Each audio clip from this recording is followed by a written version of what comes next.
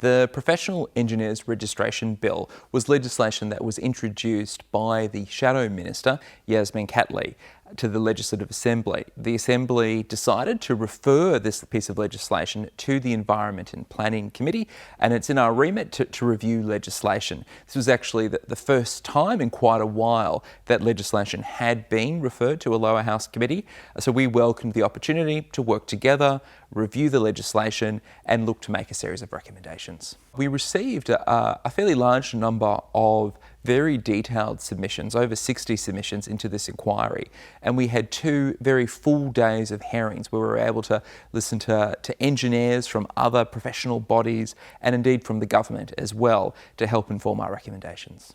The key finding of our committee was that we do need to have a broad-scale registration scheme for engineers. It is very welcomed that there's also been multi-partisan support for this, and legislation has passed this Parliament to that effect. We also made recommendations for a number of improvements for this process, and we look forward to the government considering those as legislation is further reviewed. In addition to the key finding that there should be broad-scale registration of engineers in New South Wales, we also considered and recommended that a statutory board should be tasked with this process. We also sought to broaden the types of engineers that could be registered to include geotechnical and hydraulic engineers, and also the importance of the government releasing the regulations relating to the registration of engineers. Obviously, consultation, particularly with local government, is important to make sure this scheme is a success, so we've also recommended that.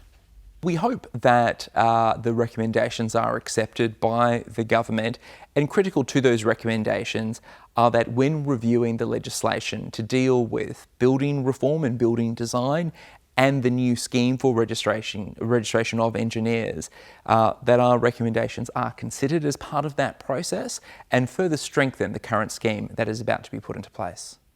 So what's next for the Planning and Environment Committee? Well, we had previously instigated an inquiry into the energy supply in New South Wales. We are now looking forward to hearings beginning on that and proceeding towards a deliberative and drafting a report on that really critical issue for New South Wales.